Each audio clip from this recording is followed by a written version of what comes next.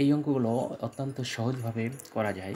যেমন এক চালের দাম 20% বেড়ে যাওয়া একদিন ব্যক্তি চালের ব্যবহার এমনভাবে কমালেন যাতে তার বার্ষিক ব্যয় অপরিবর্তিত থাকে। তিনি চালের ব্যবহার শতকরা কত কমালেন?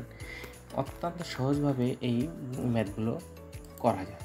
সেটা হচ্ছে আপনি 25% যেহেতু বেড়ে যাওয়ায় এটাকে 25-এর সাথে 100 গুণ করলে হবে 2500 ডিভাইডেড বাই 125।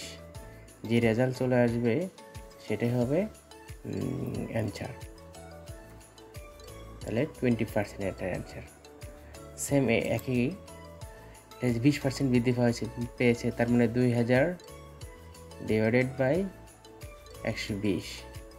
এটার অ্যান্সার আসবে 16.67%। সেম 50% বেড়ে যায়, তার মানে এটার রেজাল্ট হবে 5000 ডিভাইডেড বাই 150। এটার রেজাল্ট হবে 5000 ডিভাইডেড বাই 150, 3.33। এই নিয়মের যতগুলো অঙ্ক আছে আমরা এভাবে সমাধান করতে পারবো।